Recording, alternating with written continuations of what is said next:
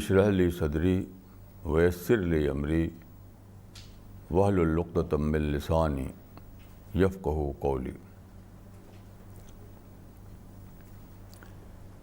The theme for the present talk is Untold Story of Islam. This title is derived from a book. This book was written by an Indian Army officer, Major General Kaul, K-A-U-L, Major General Kaul. In fact, in 1962, there was a war between India and China. In this war,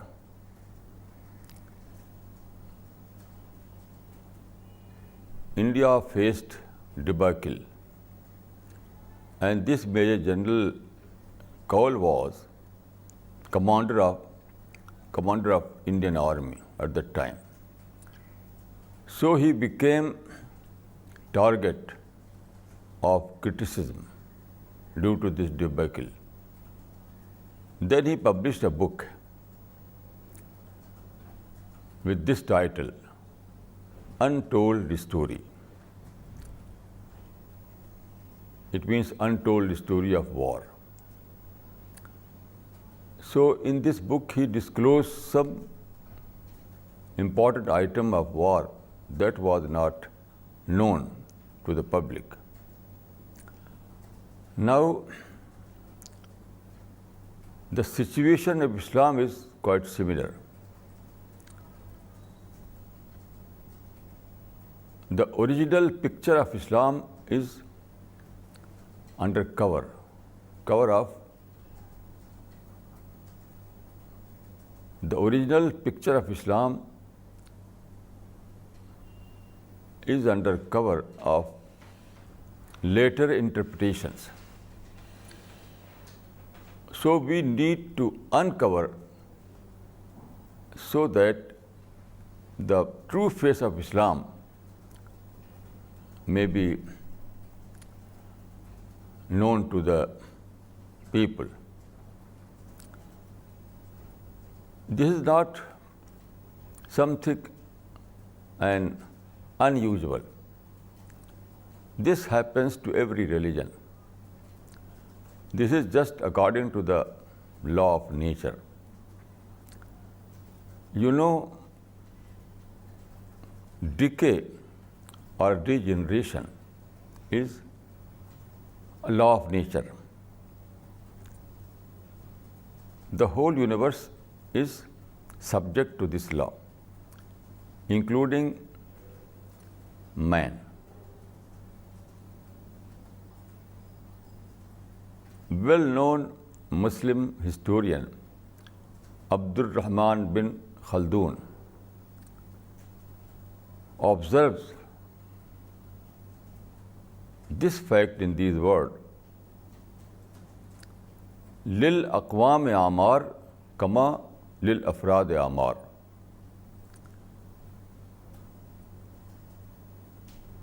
Nations have also limited age as individuals have.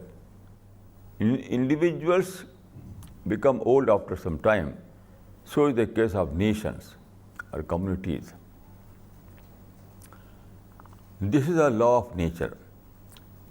One scholar of religion has rightly said that every religion begins as an ideology. Then it is reduced to a cultural tradition.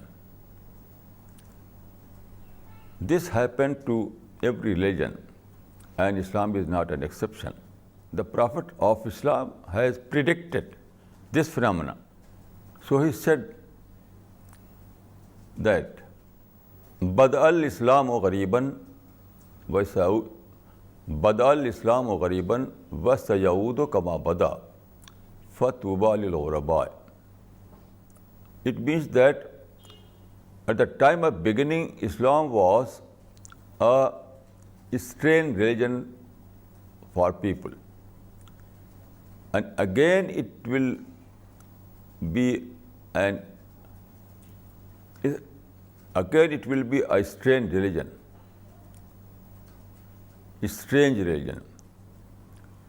unknown.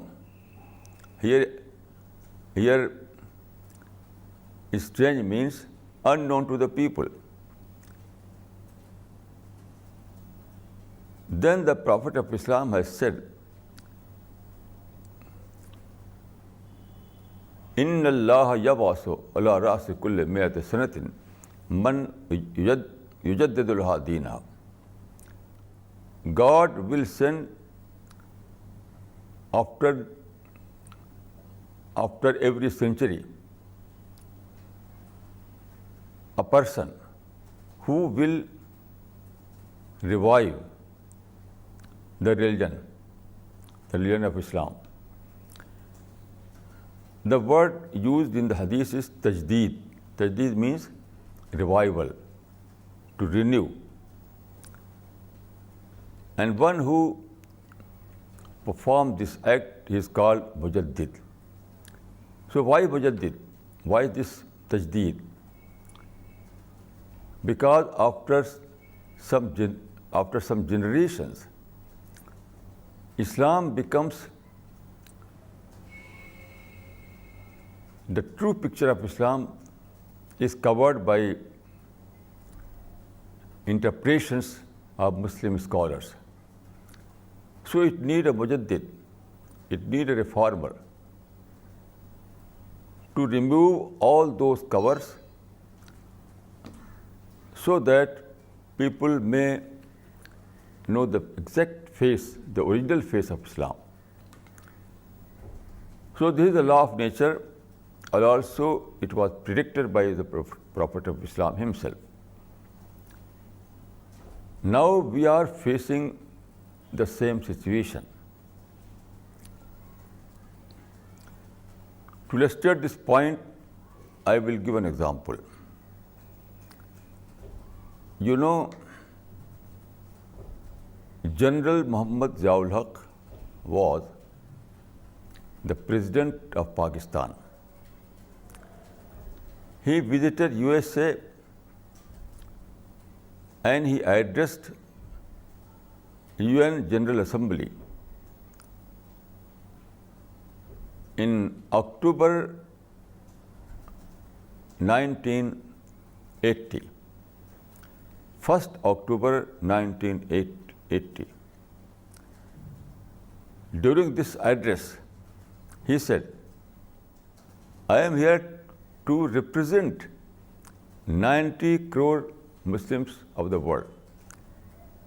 Then what he said? He said that Muslims have rediscovered their pride in Islam. Pride. Muslims have rediscovered their pride in Islam. What is pride?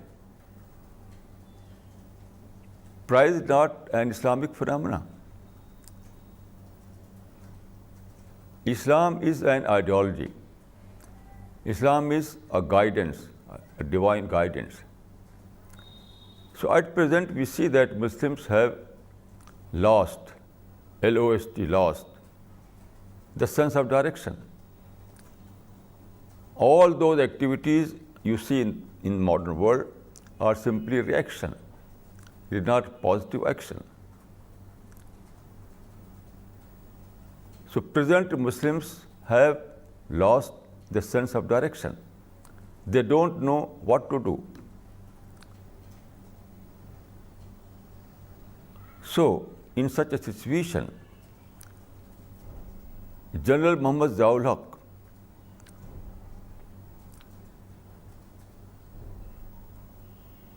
if you see this situation and then analyze the saying of the General Muhammad Zaulak, you will see that he was wrong.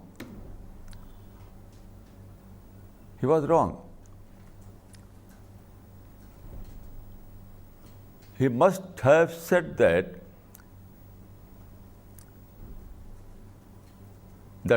Muslims have rediscovered their line of action in Islam rather than pride in Islam. Pride is not a rediscovery. Already Muslims are living in pride.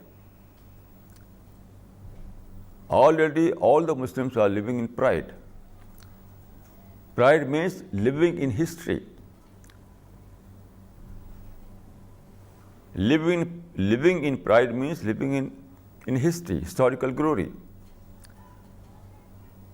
So already they are living in historical glory. Everywhere in madrasa, in mosque, everywhere you can listen those stories of glories, political glories. So already Muslims are living in pride. It is not a discovery or rediscovery. What is lacking is sense of direction, line of direction, line of action.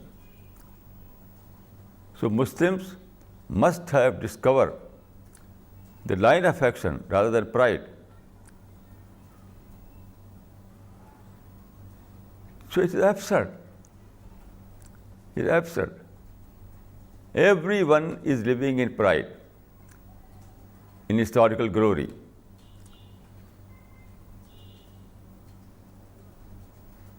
Here you can see that what is the meaning of that saying of the Prophet of Islam, that Islam will become a strange religion. A top person of Muslim Ummah is saying that we have discovered our pride. He must have said that we have discovered the guidance of the divine guidance, the line of action. We have discovered what to do in present situation. We have discovered the relevance of Islam in the present world. But he says, we have discovered the pride. What is pride? Pride is nonsense. Pride is nothing. Pride is not guidance. Pride is not line of action.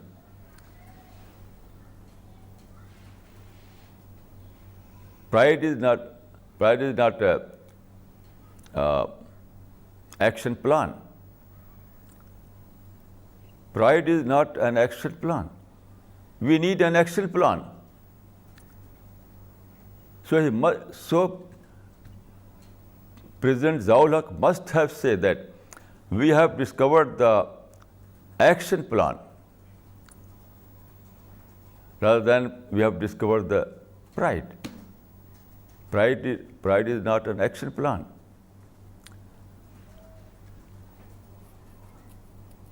So everyone is living in darkness. They don't know what is Islam. So need of the hour is to rediscover Islam, to uncover the true face of Islam. Now, I would like to give some examples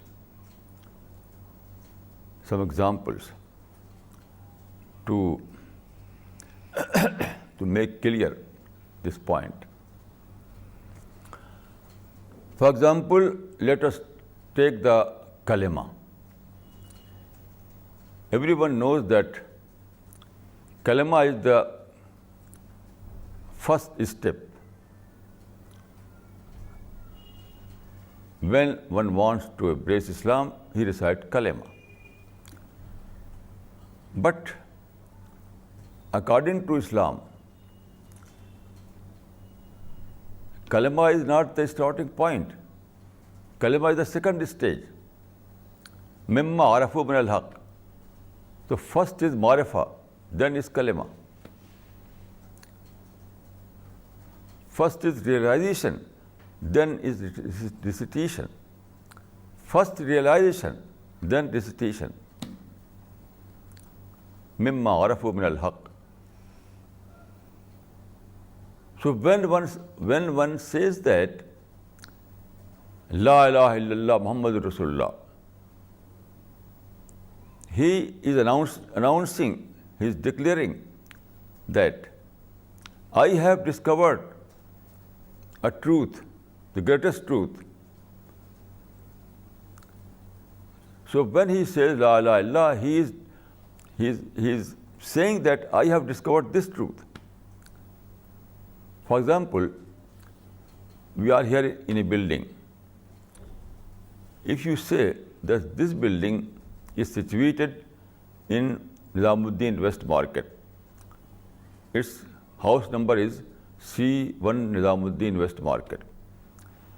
So if you give this statement, it means that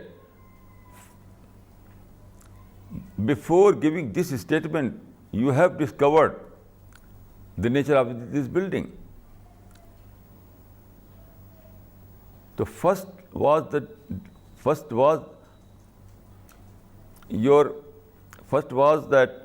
you have discovered the nature of this building. Then you are saying that this is C1 Nizamuddin West Market. So is the case of kalima. There is kalima after kalima.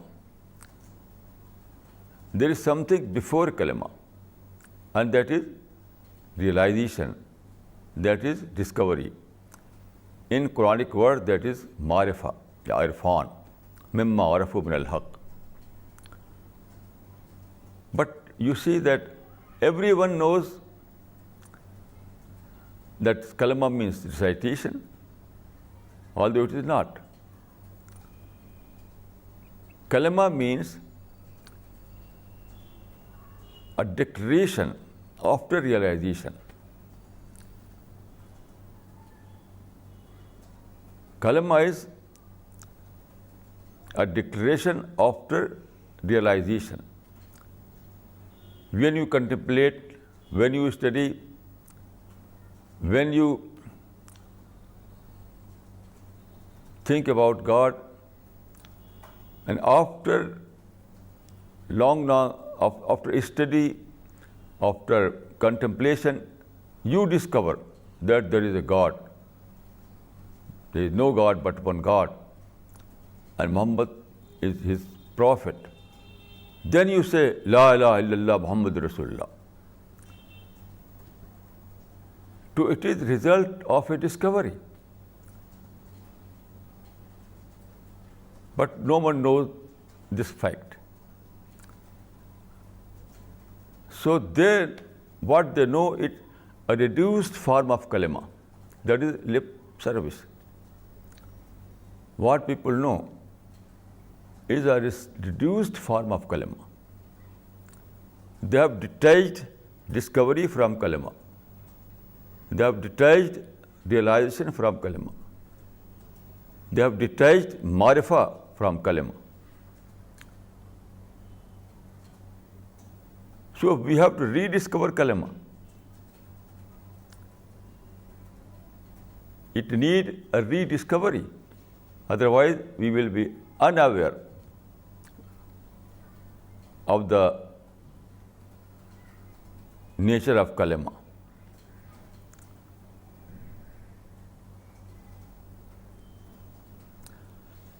Then, you see, if you read Quran, you will find that there are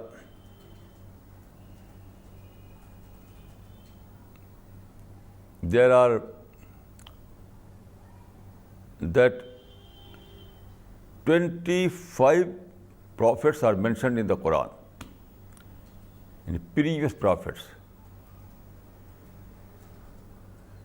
It is our belief that in every time, in every space, God sent prophets before the advent of Muhammad sallallahu alaihi wasallam. So 25 prophets are mentioned in the Quran. And then Quran says that فَبِهُدَاهُ مُقْتَدِهِ. After mentioning these prophets, Quran says فَبِهُدَاهُ مُقْتَدِهِ. You have to follow their guidance.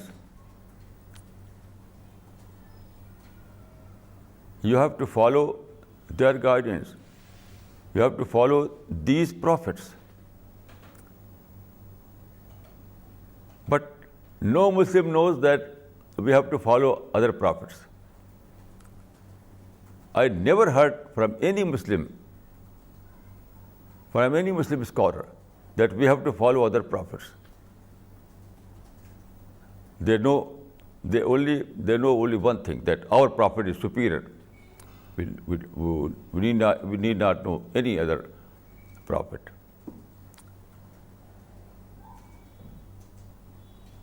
فَبِهُدَاهُ مُقْتَدِهِ. Quran says that you have to follow other prophets. It means that in the life of other prophets, there are examples for us.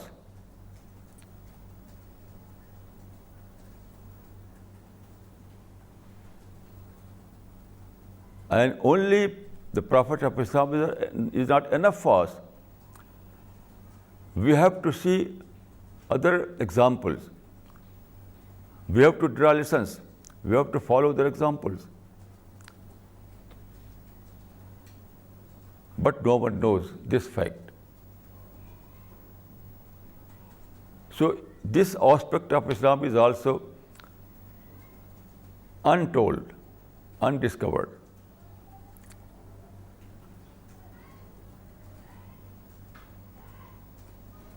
It's very clear. It is very clear. فَبِهُدَاهُ مُقْتَدِهِ. You have to follow the pattern of other prophets. You have to follow the pattern of other prophets. So it is very clear. But no Muslim knows, no Muslim scholar knows that we have to follow the patterns of other prophets. Why? Why they believe that our prophet is superior. So consciously or unconsciously, they believe that our prophet is superior and other prophets were inferior. Our prophet is complete and other prophets were incomplete. So due to this psychology, they feel that our prophet is enough. But you know, the criterion is Quran, not our own interpretations.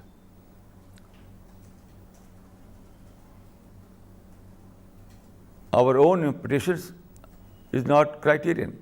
Criterion is the Quran. In Quran, there is very clear injunction that فَبِهُدَاهُ مُقْتَدِهِ.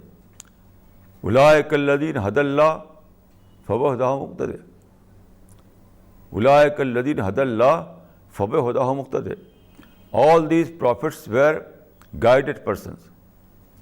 So you have to follow their guidance.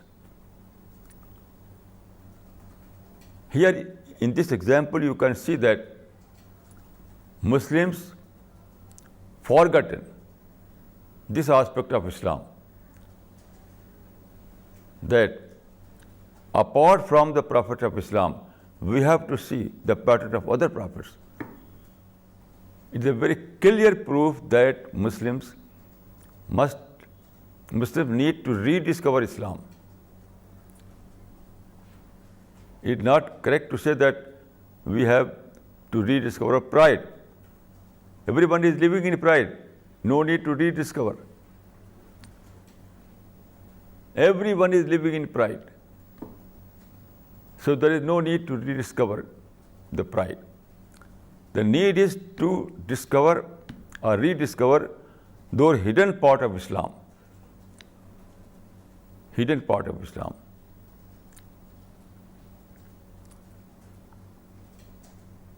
There is a hadith that وَلَمْ يَبْقَى مِنَ الْإِسْلَامِ إِلَّا إِسْمُهُ.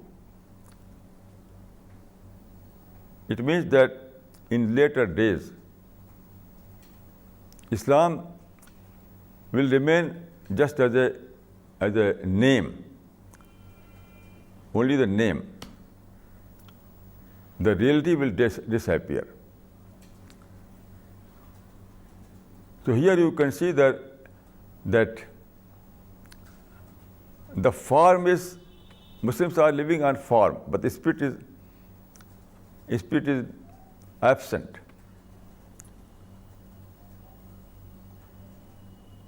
Then you see the Prophet of Islam, there is a verse in the Quran, لَقَدْ كَانَ لَكُمْ فِي رَسُولِ اللَّهِ أُسْوَةٌ حَسَنَةٌ.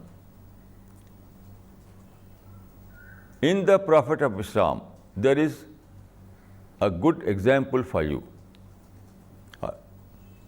In the Prophet of Islam, there is a good example for you. It means that Prophet of Islam is a model for you. Model. But what happened in later days? There is a hadith, the Prophet of Islam has said, La tutruni kama atratin nasara. It means that don't make me,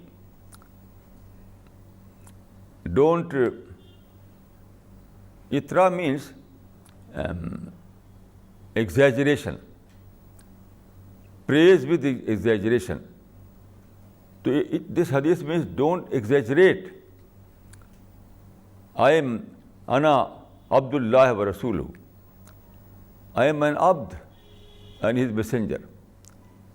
I am a man, just like you, as well a messenger. So this direction was given by the Prophet, that don't exaggerate about myself. But present Muslims have exaggerated.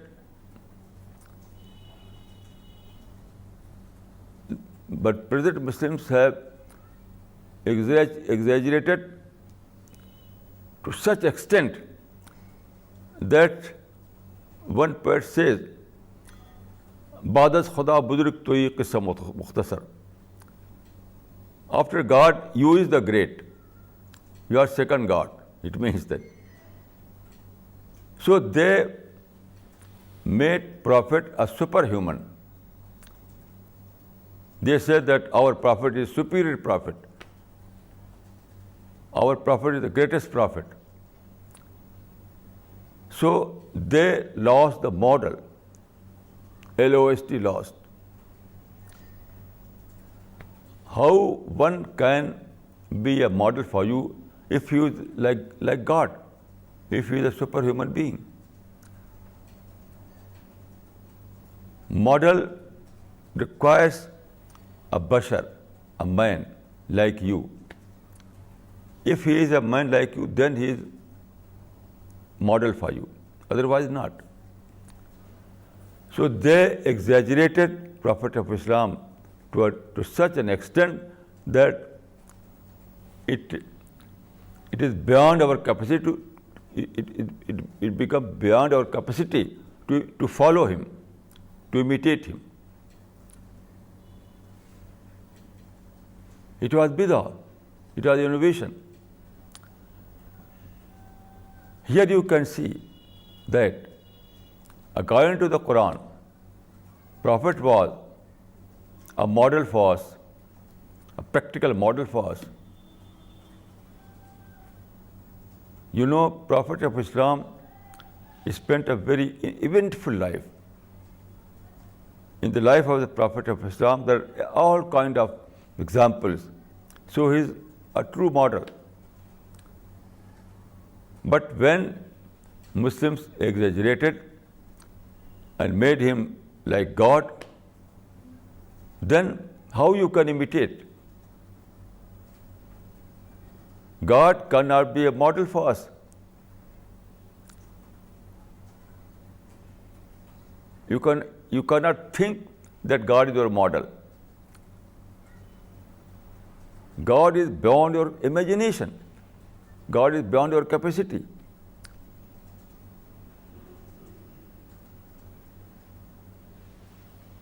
So this kind of exaggeration destroyed the whole fabric,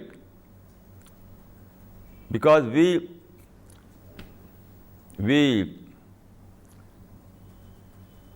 became unable to take the Prophet as a model. So if you attend those kind of Miladun Nabi or Siratul Nabi, those kind of meetings, or you read any book on the Prophet of Islam, you will find that they project Prophet as a superhuman being. So you attend all these meetings, you read all these books, but you don't find in you any motivation, any incentive to imitate the Prophet, because he was beyond your capacity. He was a superhuman being. He was like God. So how you can imitate Prophet? So in the Quran, the image of Prophet was as model. But according to our interpretation, Prophet became a superhuman being like God. So we lost the model. We became a community without any model to imitate it. Here you can see that we need to rediscover Islam. We need to rediscover the Prophet. We need to rediscover the Prophet.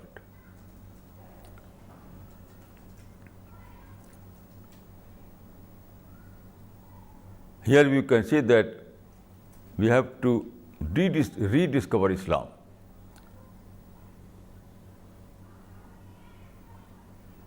Rediscovery of pride is nothing.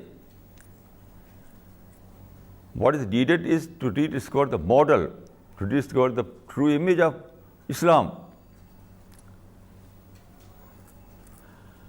Then let us take another aspect.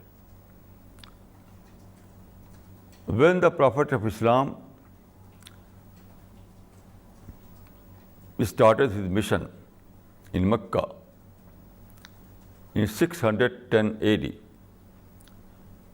at that time in Mecca there was a great mosque, that is Masjidul Haram or Kaaba. This mosque was built by Prophet Ibrahim. This was a masjid of Tawheed, masjid of oneness of God. But after some generation, mushriks occupied the mosque. Then they placed some idols in the vicinity of the mosque. And gradually the Kaaba was full of idols. At that time, in 610, when Prophet started his mission, so at that time there were 360 idols in Kaaba. 360 idols in Kaaba, in the premises of Kaaba. You see, it was a great problem, but super problem. It was super problem. But Prophet never reacted to this problem, to this issue. Never, never, never. He completely avoided this problem. Completely avoided. He used to say, he used to visit Kaaba and say, Ayyuhan nas qulu la ilaha illallah tuflihu. O people, say that there is no God but one God, and you will find success. He never said that destroy these idols. What is nonsense? He never said that what is this nonsense? Destroy all these idols.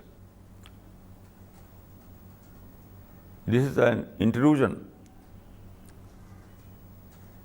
No. So he started from opportunity rather than from problem. But now you can see the parallel from Babri Masjid up to the Masjid Aqsa. From the Babri Masjid of India up to the Masjid Aqsa of Jerusalem.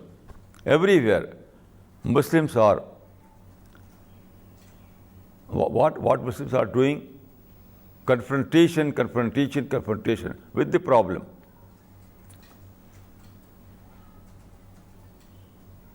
Their thinking is that first of all, we have to remove the problem.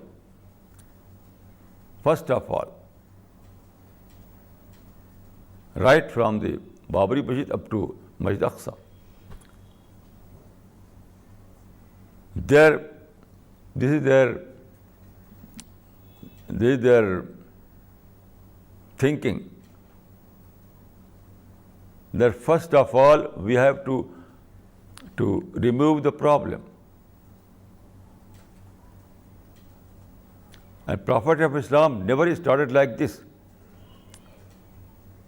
Prophet of Islam ignored the problem and he tried to avail the opportunities. So his formula was ignore the problem and avail the opportunities. But present Muslims have failed to adopt this formula. So we have to rediscover the Prophet's style of work.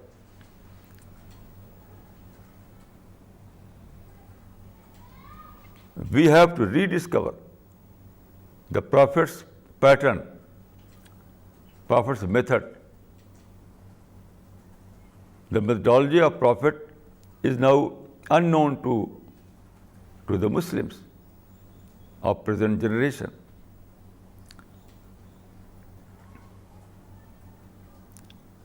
Here I would like to give a personal example. When I first visited Jerusalem and I wanted to perform Salat in Masjid Aqsa, so all the Muslims said, why? Oh, it's haram. Arab scholars have issued fatwa. You know, Arab scholars have issued fatwa that until Aqsa is under occupation of Jew, it is haram to perform Salat in Masjid Aqsa. So first of all, you have to remove the occupation of Jew, then you can perform Salat in Masjid Aqsa. This fatwa of Arab scholars.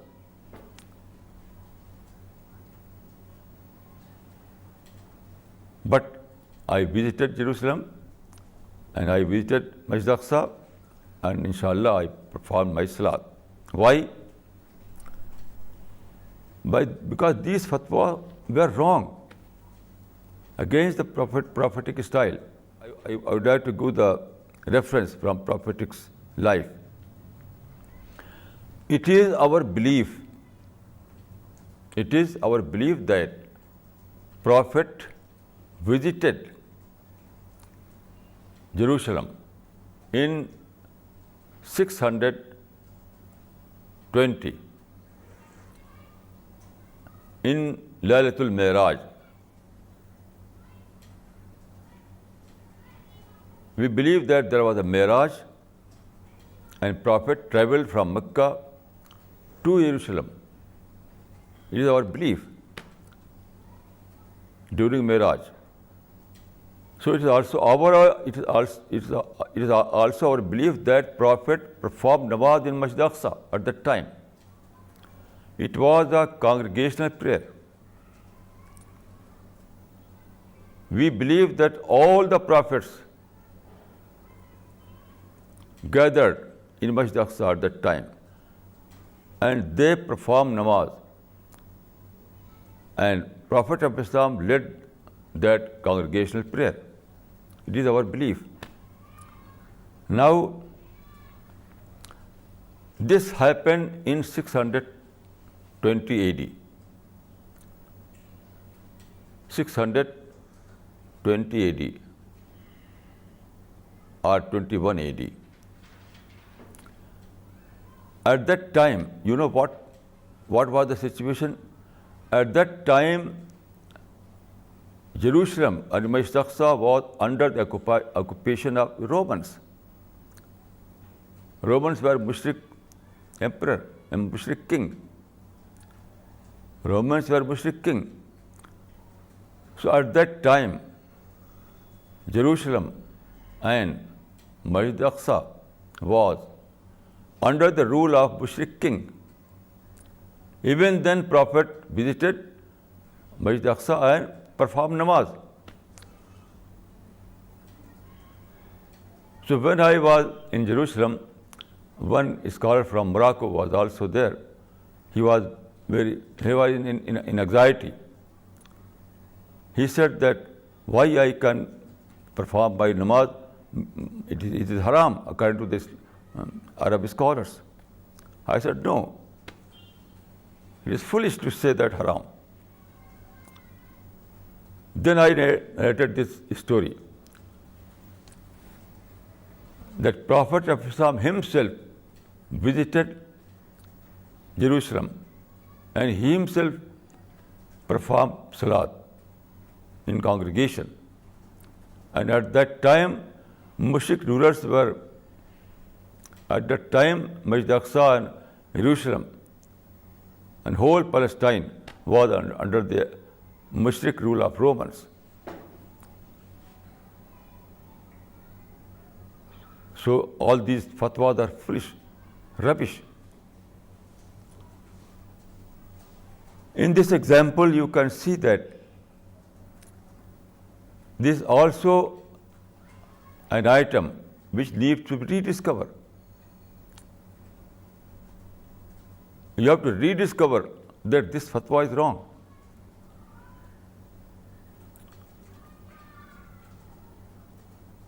You have to rediscover. All the Muslim scholars have issued fatwa. So no one visits Masjid Aqsa.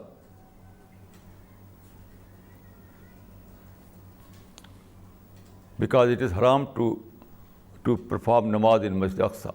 This is wrong. It is rubbish. It is foolish. If Prophet himself performed namaz, performed salat in Masjid Aqsa at the time of Mushrik occupation, then what is wrong with us if we perform salat under the occupation of Israel? So this aspect also needs to be rediscovered.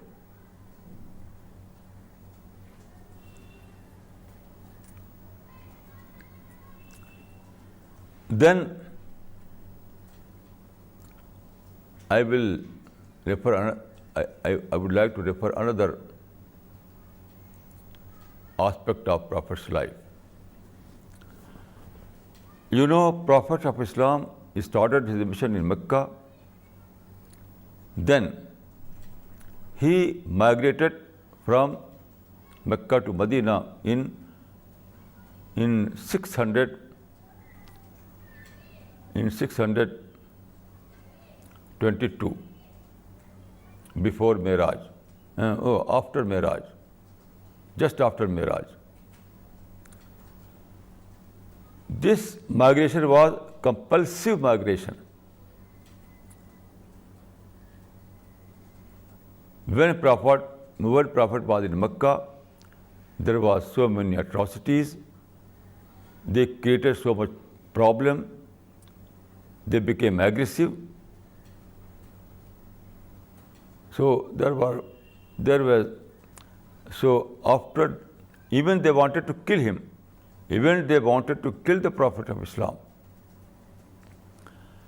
Then under compulsion, Prophet of Islam migrated from Mecca to Medina.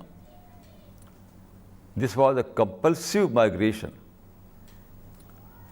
But when he settled in Medina, he never complained, never protested. No protest, no complaint against those Meccan people. The very first speech he delivered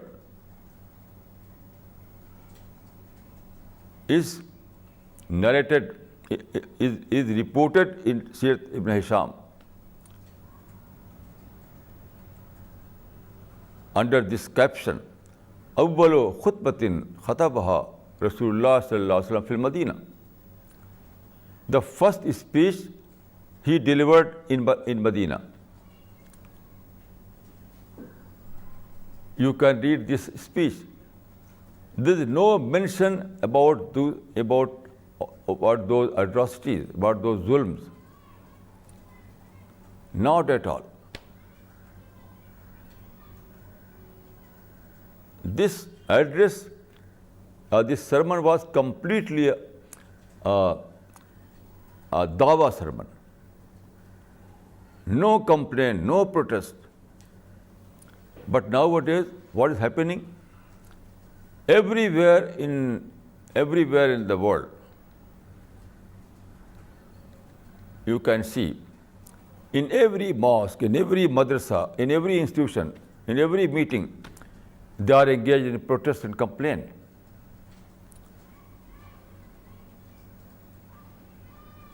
All the Muslims of Indian subcontinent, Muslims of Arab world, even those Muslims who are settled in Europe and America, everyone is engaged in complaint. You can see their magazines, you can hear their cassettes, you can visit their websites, you can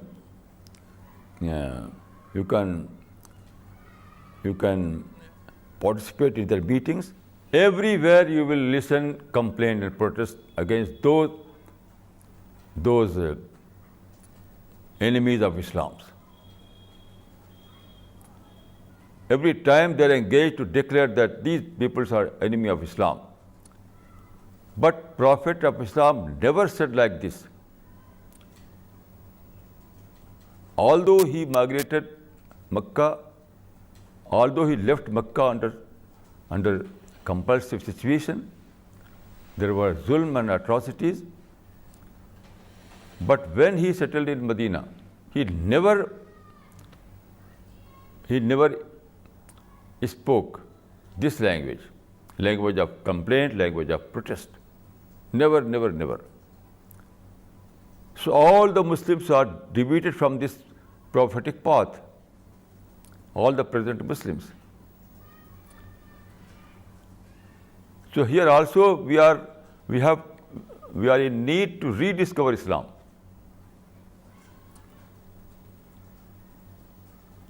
Here also we are in need to rediscover the true Islamic pattern. That complaint is not Islamic pattern. The protest is not Islamic language.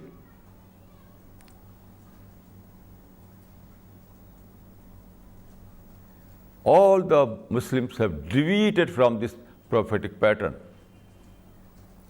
Everyone is living in negativity.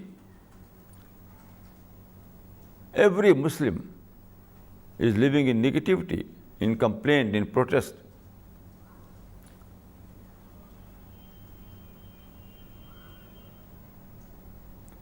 So in this aspect also we need to rediscover Islam,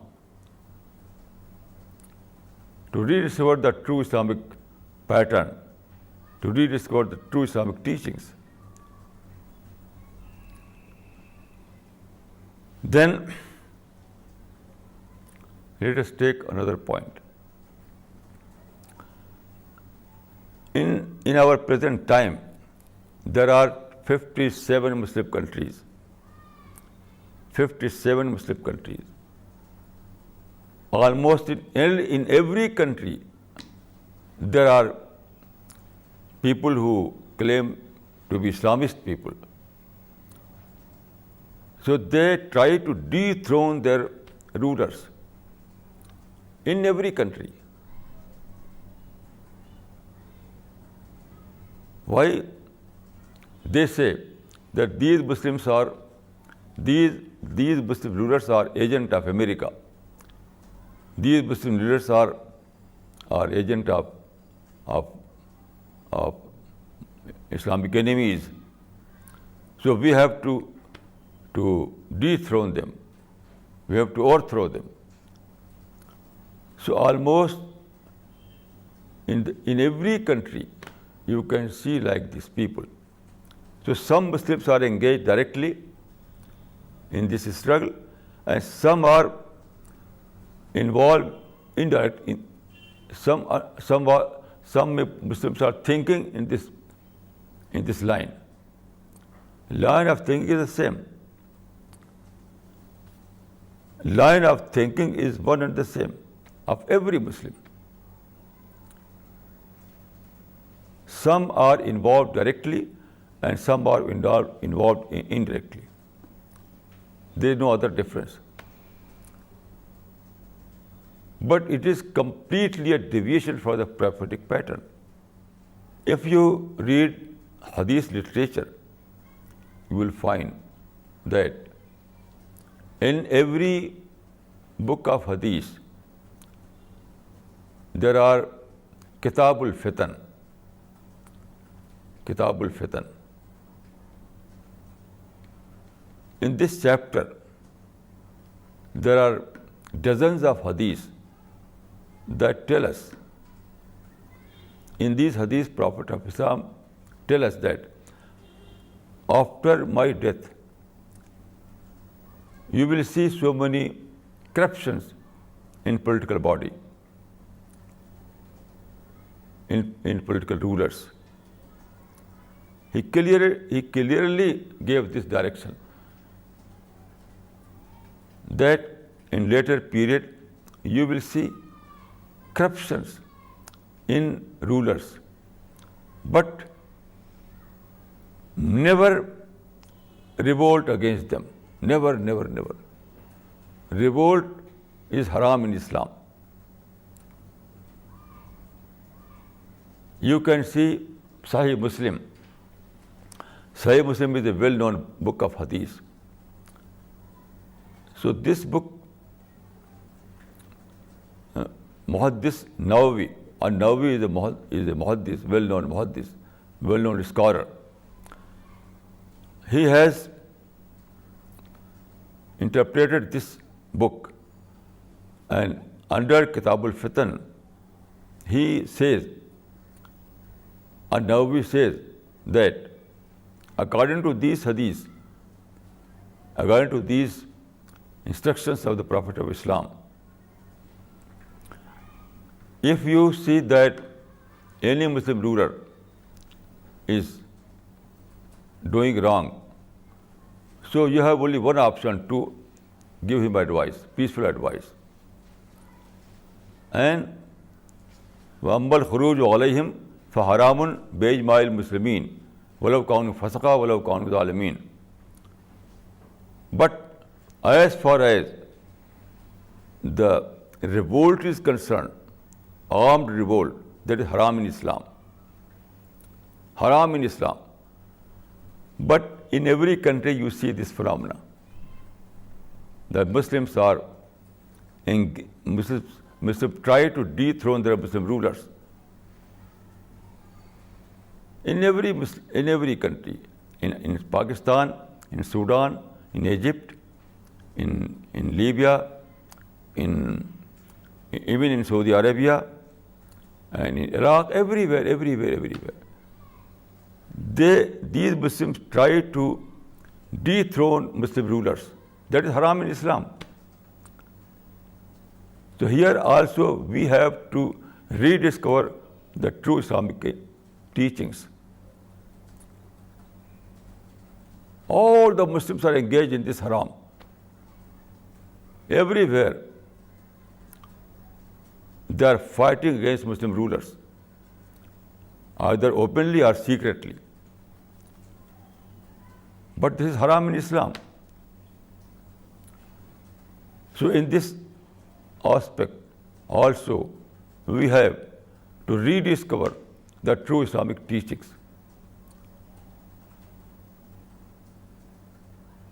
Then see jihad. There are so many injunctions that jihad is in Islam only defensive jihad is permissible. No jihad except defense is lawful in Islam. So here also we need to rediscover that jihad means peaceful struggle and not violent struggle.